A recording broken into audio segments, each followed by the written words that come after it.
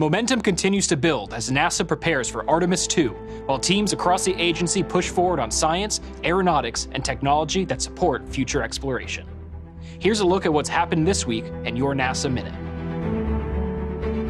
On Thursday, NASA observed our annual Day of Remembrance, honoring the astronauts who lost their lives in the pursuit of exploration. Administrator Jared Isaacman joined agency leadership at a ceremony at Arlington National Cemetery and laid wreaths at the memorials honoring the crews of Apollo 1 and the Space Shuttle's Challenger and Columbia. We remember these members of the NASA family not only for how they served, but for what they made possible. Their legacy lives on in how NASA approaches exploration, learning from the past, managing risk with care, and continuing onward with purpose. On Saturday, the Artemis II Space Launch System rocket and Orion spacecraft rolled to Launch Complex 39B at the Kennedy Space Center in Florida, ahead of the upcoming mission around the Moon. The approximately 4-mile journey took nearly 12 hours as engineers moved the rocket from the Vehicle Assembly Building out to the launch pad. Since then, the team has been configuring the rocket and spacecraft for an upcoming wet dress rehearsal, enabling communication lines, configuring hardware, and setting up the emergency egress system. Once SLS and Orion have completed their rigorous testing, NASA will announce our target launch date. So stay tuned for more updates as we build towards America's historic return to the Moon.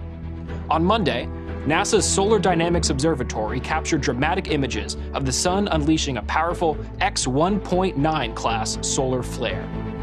The eruption sent a coronal mass ejection racing towards Earth, lighting up skies with auroras visible as far south as Arizona. The burst of solar energetic particles tied to this event was the strongest observed since 2003. By monitoring activity like this in real time, NASA's heliophysics missions help scientists track and mitigate the effects of space weather, protecting astronauts and satellites in orbit and critical power and communication systems here on Earth. 2 former U.S. Air Force F-15 fighter jets have joined NASA's fleet at Armstrong Flight Research Center, beginning a new chapter as airborne test platforms for advanced aerospace research. Capable of flying at more than twice the speed of sound and reaching extreme altitudes, the aircraft will support cutting-edge flight experiments, including testing tied to NASA's quiet supersonic X-59. NASA is inviting innovators to think differently about how astronauts will eat on Mars, launching the new Mars to Table Deep Space Food Challenge.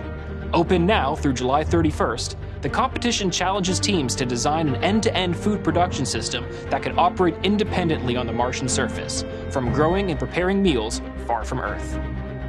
By tapping into public ingenuity, challenges like this help advance critical technologies for deep space exploration while strengthening the broader space economy. And finally, NASA astronaut Chris Williams, part of Expedition 74 on the International Space Station, joined in the excitement about Artemis II, sharing these images that he took of the rocket and its shadow as the space station flew over the Kennedy Space Center from nearly 250 miles above. Thanks for watching. We'll see you next time on the NASA Minute.